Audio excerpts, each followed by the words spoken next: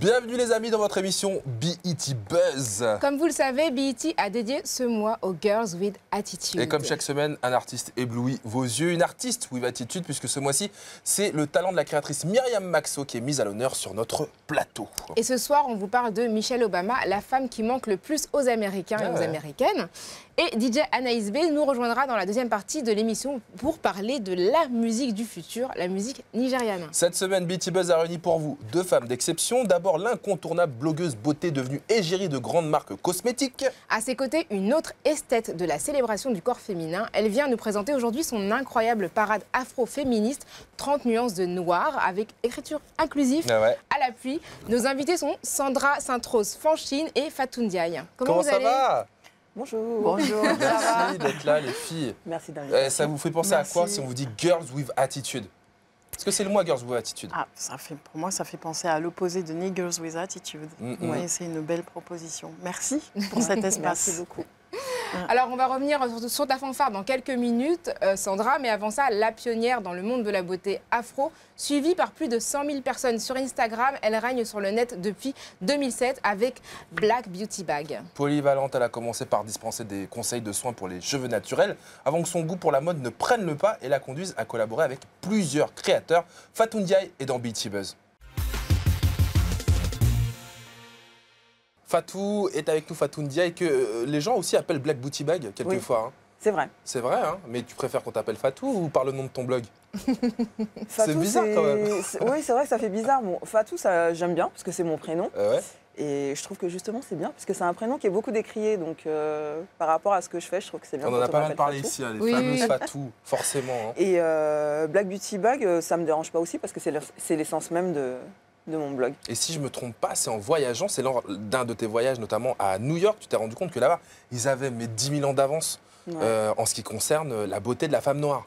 Bah oui, c'est vrai que moi j'étais arrivée à un âge où quand j'arrivais dans les magasins ou en grande surface, je ne trouvais pas des produits qui me correspondaient. Et c'est vrai que on arrive à un âge où on se pose des questions sur soi. C'est l'âge où l'estime et la confiance de soi aussi arrivent. Et on se dit, si on n'est pas représenté dans la société dans laquelle on vit, c'est qu'on ne correspond pas aux stéréotypes de beauté. Et à un moment, on se dit, non, c'est pas normal. Je suis française, je vis dans un pays qui est censé représenter le multiculturalisme. Et c'est pas inclus, c'est pas inclusif. Les publicités, c'était des femmes blondes, filiformes, et voilà. Et du coup, tous ces voyages-là en Angleterre et aux États-Unis m'ont permis de voir que on parlait à toutes les femmes, toutes les beautés. Il n'y avait pas le rayon beauté ethnique, un mot que je déteste. Et donc voilà. Et puis on a les premiers magazines connus américains qui nous permettent de voir des articles sur l'émancipation féminine, sur la beauté, sur les cheveux. Et puis je me suis dit, qui mieux que moi peut parler de ce que je ressens et ce que je vis. Et c'est comme ça que le blog a pris naissance. Et justement, en parlant de cheveux, c'est au fil de tes expériences que tu as fini par découvrir la beauté de tes cheveux. Est-ce que tu peux raconter un peu ce processus? Alors pour mes cheveux, le processus a commencé en 2003. Mais c'est vrai que c'est en 2006 où j'ai pris mon courage à deux mains et que j'ai coupé tous mes cheveux défrisés. Je faisais partie d'un forum beauté qui s'appelait Beauté d'Afrique. C'est là-bas d'ailleurs que j'ai connu d'autres blogueuses comme Best of Day. Et elle tenait un blog qui s'appelait d'ailleurs Our Hair, sur les cheveux crépus. Et il y avait de belles photos et je voyais des filles qui étaient pareilles que moi, avec de belles textures de cheveux. Et je me suis dit, pourquoi ne pas essayer? Et puis c'est super beau. C'est vrai que le premier geste de beauté chez les filles noires, ça a été le défrisage. Parfois, c'est même pas par complexe, c'est aussi par facilité, parce que les mamans, elles n'avaient pas le temps. Et puis, elles se disaient, si je défrise les cheveux de ma fille, ça sera plus facile pour elle de les coiffer. Et entre guillemets aussi, c'était les codes d'esthétisme de notre société.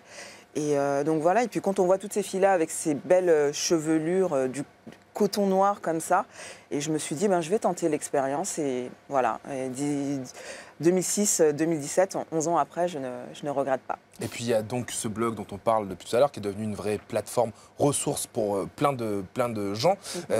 Des marques aussi sont venues te solliciter pour que tu leur apportes des conseils. Tu prêtes notamment aujourd'hui ton image à une grande marque de cosmétiques, parce que vous le valez bien, parce qu'on ne peut pas citer la marque non plus, avec à côté de ta tête des femmes comme Lia Kebede ou encore Leila Bekti. Est-ce que ce genre de création t'amène des critiques aussi? Alors ce que j'ai appris avec le métier que je fais depuis 10 ans, c'est que quand on devient personnage public, on ne peut pas plaire à tout le monde. Donc, il y a des critiques, il y a des méchancetés, mais ce que je retiens de tout ça, c'est surtout l'amour et la positivité des gens, parce que si ce que je faisais ne parlait pas à un grand nombre de personnes, je pense qu'aujourd'hui, je ne serais pas devant vous en train de vous parler de mon média. Donc, c'est ce qu'il faut retenir. Il faut prendre... moi, je suis partisane de prendre tout ce qui est positif pour s'en enrichir et aller au-delà des clivages, et essayer de briser ce plafond de verre. Et après, la critique sur Internet, je pense que je ne vous apprends rien. Ça fait partie de notre écosystème. Donc, c'est vrai que j'ai un caractère assez fort. Donc, les gens savent que je ne me laisse pas faire. Bien sûr. Comme je dis, je préfère... tu sais. Je préfère qu'on me déteste pour ce que je suis plutôt qu'on m'aime pour ce que je ne suis pas. Et je ne suis pas là pour plaire aux gens. Du moment que je suis en adéquation avec moi-même et que j'ai confiance en moi, c'est le plus important. Voilà. Eh bien, dis donc, ça fait pas mal de choses dans la thématique du mois Girls with Attitude. On sait que tu aimes la culture aussi, oui, Fatou. beaucoup, on voit sur ton Instagram que tu postes des choses sur les différentes activités culturelles que tu mènes en France ou à l'étranger. Oui. Je te propose de regarder, d'écouter ce que nous proposé Raphaël en termes de buzz list concert. Une buzzlist spéciale concert, puisque je sais, les filles, que vous aimez la musique. Donc, on vous invite notamment là à aller voir l'équivalent du 50 Cent anglais, parce qu'au States, évidemment, ils ont le gars Get Rich or Die Trying, sur qui on a tiré 9 balles. Ouais. Mais au UK, on a le rappeur G-Us, hospitalisé en 2015, après avoir été poignardé 5 fois à Londres, et qui avait tweeté à l'époque « Salut, ce n'est pas 5 blessures qui vont m'arrêter ». Déjà, le gars est une carrière. Résultat, il a sorti en mai dernier l'album Common Sense, qui a été très bien reçu, et il sera le 17 novembre à la Bellevilloise à Paris.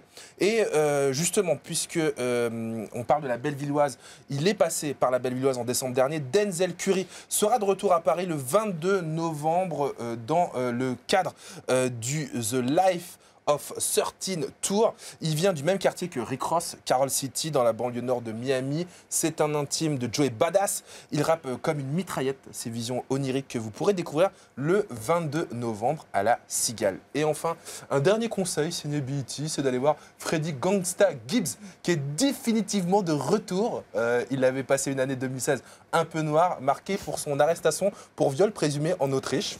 Puis... Voilà, balance ton peur. Mais il a été relaxé. Il entame l'année 2017 avec une revanche à prendre en sortant l'album You Only Live Twice. Oui. Un album produit par la crème de la crème, notamment Kate Ranada, qu'on adore, Bad Bad Not Good ou encore Teddy Walton. Dans la foulée, il a annoncé une tournée qui vient de commencer aux États-Unis, 24 dates prévues et qui s'étendra donc en cette fin d'année en Europe. Ça se passe le 28 novembre à la Bellevilloise. On vous emmène auquel, les filles? Quel concert? Joe Badass. Celui l'intime de Joe Badass. Ok, faisons ça. Bon, on prend les places. Ouais, on prend les places, on y va. Ça va le faire.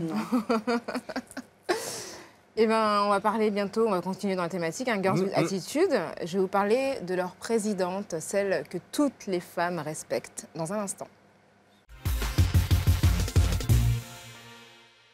Girls with Attitude, Rock, justement, tu rentres tout juste des USA. Parce que with Attitude, c'est anglais. Oui, on parle cette langue aux USA. On met un petit peu de langue anglaise forcément, bien pour sûr. donner un peu de substance à cette thématique.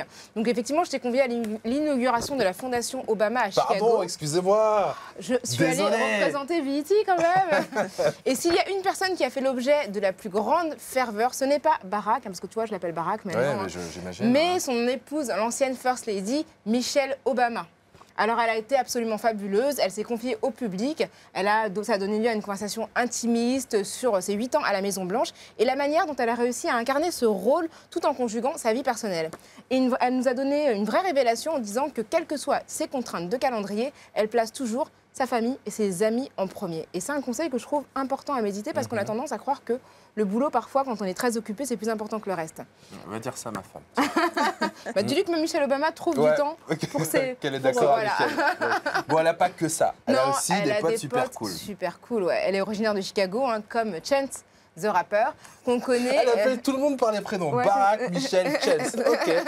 Qu'on connaît bien ici, Chance, puisqu'il a gagné un BET Awards pour son action humanitaire et engagée. Elle le connaît depuis qu'il est tout jeune et c'est lui qui était en charge d'organiser le concert de clôture où il a convié quelques amis du genre Nas, par exemple, qui a surgi sur la scène, on s'y attendait pas. Voilà, des petits potes. Michelle Obama a aussi réussi à faire venir le prince Harry dans un lycée du quartier populaire de Chicago. Donc vous imaginez Prince Harry débouler dans un lycée à Sarcelles. C'est un peu ce qui s'est passé la semaine dernière. Pendant le cours de SVT, le voilà, cours c'est relou, ça, voilà, le truc avec le prince de Galles qui débarque. Et puis Michelle Obama est aussi super cool parce qu'elle sait s'entourer de femmes puissantes. Les femmes étaient à l'honneur au sommet, comme ici sur BET, des femmes politiques, des artistes ou des intellectuels.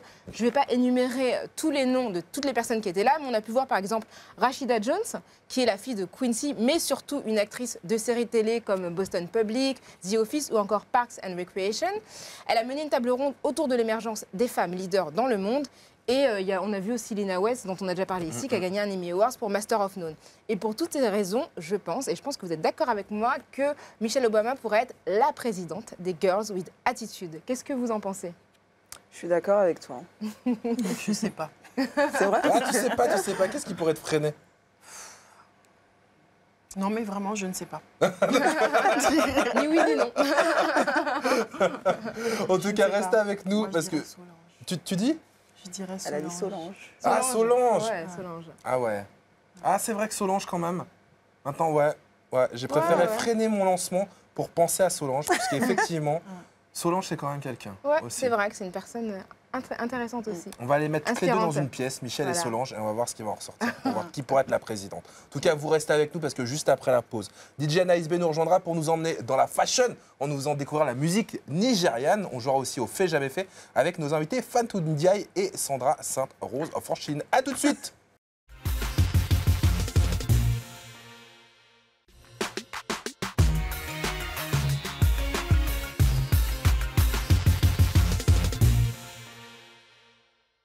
Si vous nous rejoignez maintenant, vous avez raté l'incroyable success story de Fatou Ndiaye et de son aventure Black Beauty Bag. 320 000 visiteurs uniques mensuels quand même.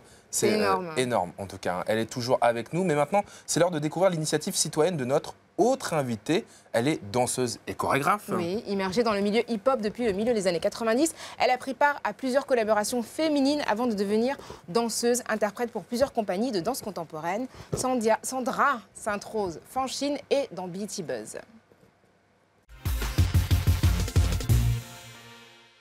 Sandra, comment ça va? Ça va, merci. On est content de t'avoir dans BET Buzz parce qu'on va parler de ta parade 30 nuances de noir qui se présente comme une déambulation musicale et dansée, un espèce de marching band. Est-ce que tu peux nous en dire un peu plus? Eh bien, c'est un travail sur lequel... je fais ce travail depuis 2 ans, à peu près. Voilà, j'ai commencé à réfléchir sur les problématiques de représentation qui concernaient les femmes noires. Et j'ai eu envie de donner mon avis sur la question. Je partais du constat qu'il y avait des représentations erronées sur le corps des femmes noires et du coup sur les perceptions qu'on s'en faisait. Je m'interrogeais sur l'impact que ces représentations pouvaient avoir sur la vie des femmes noires, mais aussi sur leur entourage et sur comment, du coup, dans les interactions sociales, toutes ces représentations pouvaient intervenir et enfermer en fait la vie des femmes et de comment on était amené à interagir et à les percevoir. Donc du coup, j'ai eu envie de mettre à contribution mes compétences de danseuse et de chorégraphe dans un projet qui serait l'inverse des représentations sur les femmes noires dans l'espace public, dans les publicités, au cinéma, dans les livres, etc. Je suis aussi artiste visuel, donc je passais mon temps à observer un petit peu ce qui se passait autour de moi, dans les images dont on était abreuvé au quotidien. Et je n'étais pas du tout d'accord avec ça, et j'étais encore moins d'accord avec le fait que ces images contribuaient à l'invisibilisation de ce que je suis, moi, Sandra, en tant que personne, mais aussi à l'invisibilisation de toutes mes amies noires qui sont des femmes brillantes. Et ce n'est pas du tout vu, ça, dans l'espace public. Donc, du coup, j'ai choisi de faire un projet de parade, de me réapproprier ma culture d'afrodescendante, c'est-à-dire d'aller puiser dans les formes de réappropriation du corps et de la culture, c'est-à-dire dans le carnaval, dans les marching bands de Nouvelle-Orléans, et d'y intégrer ma gestuelle de danseuse hip-hop, qui est le locking, et une autre gestuelle de réappropriation, notamment sur les questions des minorités sexuelles. C'est une gestuelle qui s'appelle le walking. Ces deux gestuelles-là viennent de Los Angeles, et ce sont des gestuelles de réappropriation, de revalorisation de l'image des Noirs et aussi de l'image des personnes qui font partie des minorités sexuelles.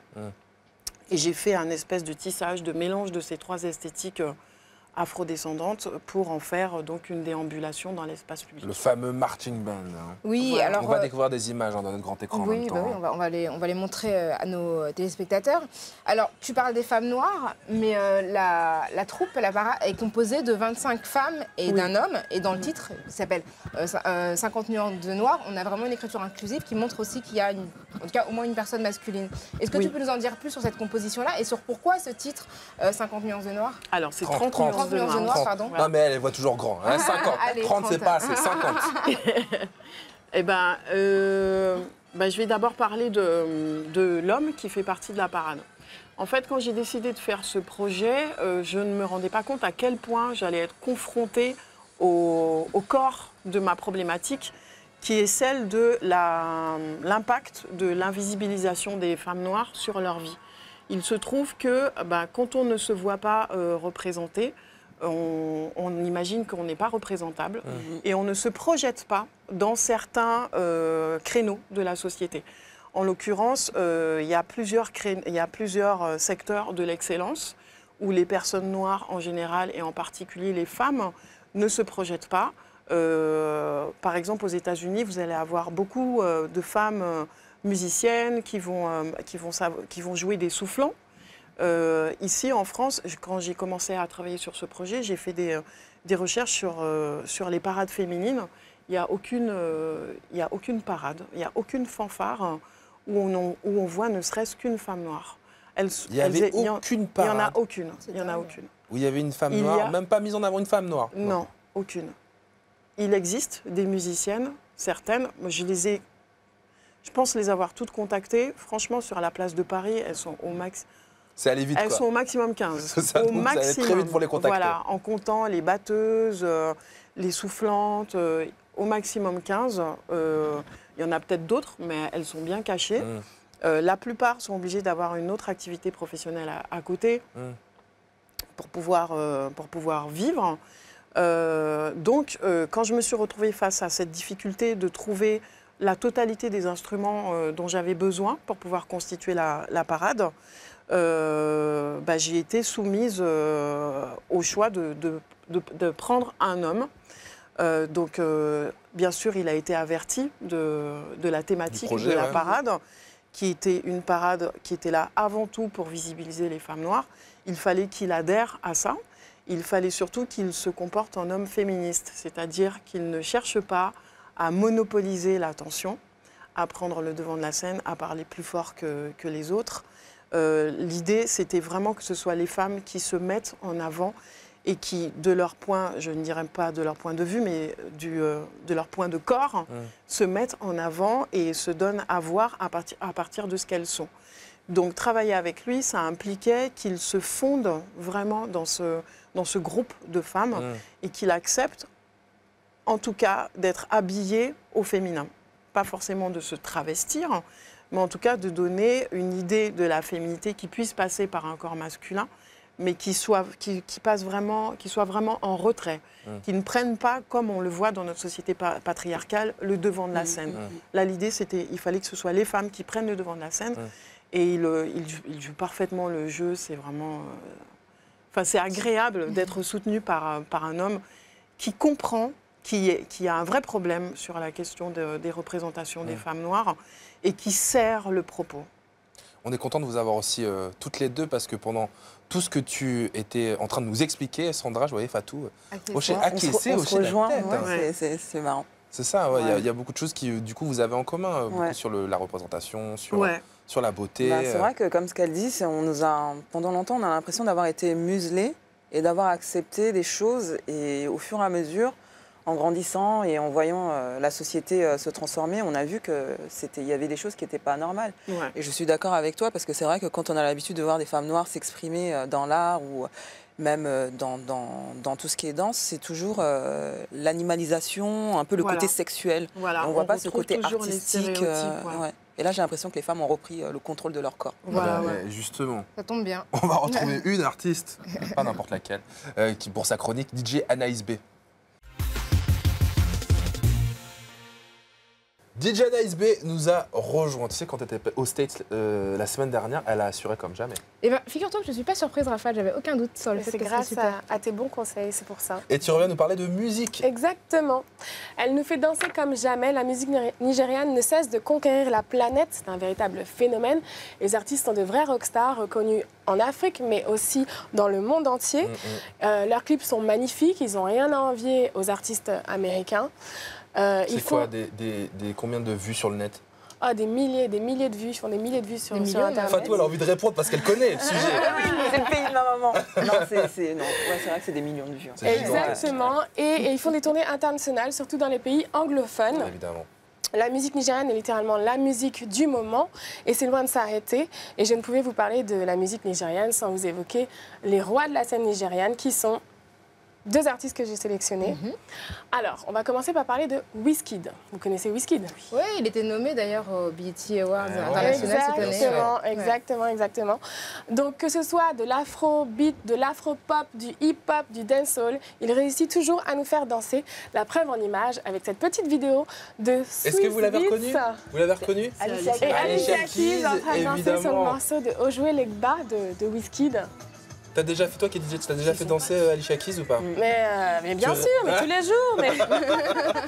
non, mais elle fait genre, mais elle fait danser des rostas. Ok, s'il te plaît, je te pose la question au cas où. Hein. Non, mais c'est ma copine, elle aussi. Donc voilà. Donc, on a vu Swizz Beatz à l'instant. Super vidéo, super marrante. Donc son talent lui a permis de se faire une place sur la scène américaine où il collabore avec Major Lazer, avec Trey Songz, avec Ty Dolla $ign, avec Chris Brown et bien sûr avec Drake dans son dernier gros hit qui s'appelle Come Closer. Come Closer, exactement. Il est l'artiste nigérian avec le plus de collaborations internationales et a été sacré cette année, comme vient de le dire Rokaya, l'artiste africain, le meilleur artiste africain au BET Awards. C'est classe, hein. La classe. Son nouveau contrat chez Sony serait le plus gros contrat jamais signé par un artiste africain. Donc ça promet, je pense qu'on va beaucoup entendre parler de lui prochainement. Il est pas en français. Non, on n'est pas du tout, mais pas du tout en français. Ok, ça me va. Donc il est aussi le boss du label Starboy. Starboy, donc que peut-être vous connaissez le label, non? Non. Ok. Et ben dedans il y a. On n'est pas aussi fashion. C'est ça, nous on n'a pas la même. Je vais vous en parler, c'est pas grave. Donc pour dedans, exactement. Dedans il y a Mr Easy. Ouais, je connais. Of course. Par ma petite sœur. Mr Easy, ouais. Il y a toujours un membre de la famille de Fatou qui est concerné par une personne de la chronique. Ma sœur, elle écoute plus la musique nigériane que moi, mais j'écoute quand même ce qui est connu. Donc, Mr Easy qui est en pleine ascension également. J'ai eu l'occasion de le voir en live lors d'un événement dans un festival auquel j'ai participé à Cotonou au Bénin et franchement, il a tout déchiré.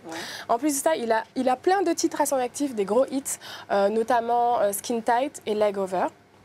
Et ensuite, nous avons Davido. Ah ouais, Davido. Tu l'aimes? Quel membre de la famille?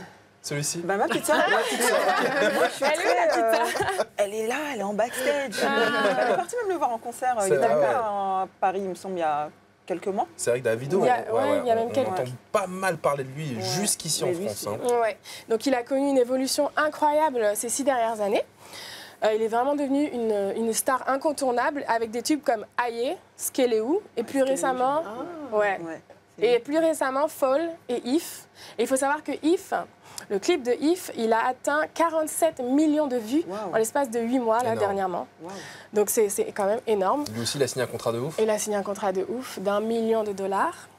Et il collabore aussi avec des artistes américains comme Young Thug, Meek Mill. Et bon, il a vraiment l'intention de faire voyager la musique africaine en dehors du continent. Et il le fait à merveille. Donc tout ça pour dire qu'on adore la musique nigérienne et qu'on aimerait les avoir plus souvent en France. Et pourquoi pas sur le plateau de BT. Ah ouais, venez. S'ils passent en France, ils seront les bienvenus. Bien sûr. Parce qu'ils sont pas souvent en France, ils sont plus souvent à l'étranger. Dès que vous êtes là, vous êtes les bienvenus, les Nigérians. S'il vous plaît, venez. Ça fera plaisir à Naïs B et évidemment nous et tous les téléspectateurs aussi, et à la petite sœur de Fatou aussi, et à sa maman. Qui sera là, au premier rang, bien sûr. Il sera au premier rang, j'imagine. Une préférence, les filles ou pas? Bon, toi, tout le monde. Tu connais tout le Wizkid, monde. Davido, Mr. Easy? Je connais pas. Je dirais Wizkid, moi. Ouais. On va préparer une petite clé USB avec tous les titres pour Sandra. Je vous enverrai ça. Pour ta fanfare et tout ça, ça peut être très très cool. Parce que j'enseigne aussi. Ouais. Les amis, tu restes avec nous, hein, s'il te plaît, d'accord. Anaïs, puisque c'est l'heure On va maintenant. jouer. Tu fais C'est l'heure jamais du fait fait jamais fait, oui.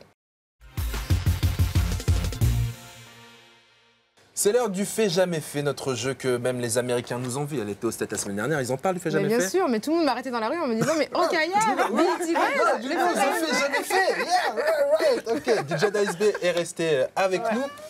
Les filles, le principe est très simple, c'est-à-dire que je vais vous proposer des situations et grâce à ce carton, lui aussi fait aux États-Unis, mais écrit en français, il faudra répondre fait ou jamais fait. Première question, Rokhaya, tu joues aussi, tu n'as pas le choix. D'accord. Est-ce que vous avez déjà hurlé devant votre télé en découvrant le make-up de Ramayad? Je dis ça parce qu'on a une spécialiste du make-up aussi. Jamais fait, jamais fait. J'ai pas hurlé. Oh, J'ai réagi, mais en hurlant. j'ai A, soupiré, B, faire un AVC. Qu'est-ce que c'était quoi? J'ai réglé ma télé. Ça a marché?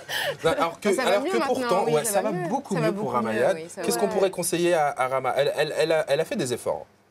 Mais elle a une nouvelle Elle a été bien maquilleuse. Voilà. Il y a une maquilleuse d'ailleurs qui est très connue qui s'appelle Nadine Maketti, qui Eh l'avait ouais. sublimée dans le Diva Magazine. Donc merci Nadine. Magnifique couverture, hein, on s'en rappelle. Toi qui es toujours branché un petit peu, qu'est-ce qu'elle devient, Ramayad, là? Je pense qu'elle travaille dans le... Je sais pas si elle a repris ses fonctions au Sénat ou si elle est dans le privé, mais en tout cas, là, elle n'a plus du tout aucun mandat politique. Aucun c'est certain. mandat électif. Non. Ok, entendu. Une autre situation que je vous propose, est-ce que vous êtes déjà prise pour une super-héroïne? Mais genre avec des super pouvoirs, au fait des trucs de ouf et tout, quoi. Évidemment, Rokhaya, on était sûr. Jamais, jamais. Ici, c'est fait. Quel pouvoir t'aurais kiffé avoir? Le lasso de la vérité. De À la Wonder Woman, Anaïs? Voler. Voler. Ouais. Pas dans les magasins, voler. Non, voler comme ça. dans les airs, quoi. Sinon, je peux t'aider pour voler dans les magasins, j'ai des conseils. Fait aussi. Ouais, moi, Jane Grey dans les X-Men, je l'adore. Ah, c'est vrai? Ah ouais. Elle fait un vrai bordel au niveau de Ouais, l'apocalypse. mais voilà, charisme, Ouais, c'est tout, ça. c'est. Nous, J'adore. on t'avait plus vu un peu en délire. Comment il s'appelle? Œil de faucon? Regardez cette photo. Ouais. En C'est espèce marrant d'Amazon. parce que Il y a un pote, quand j'avais pris cette photo en Guyane, il m'a envoyé un message, il m'a dit je te vois trop bien tirer sur des gens. Mais grave. On ne sait pas si elle était en vacances, Fatou, ou si elle faisait les Hunger Games. On ne savait pas. Oui. C'est ça, c'est c'est ça, un ouais. bon entraînement.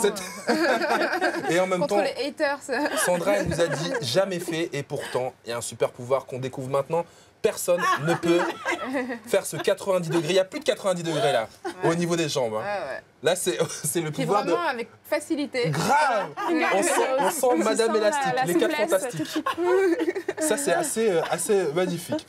Une autre situation, et la dernière, si je ne me trompe pas, les filles, avez-vous déjà fait une routine de maquillage qui vous fait penser à moi?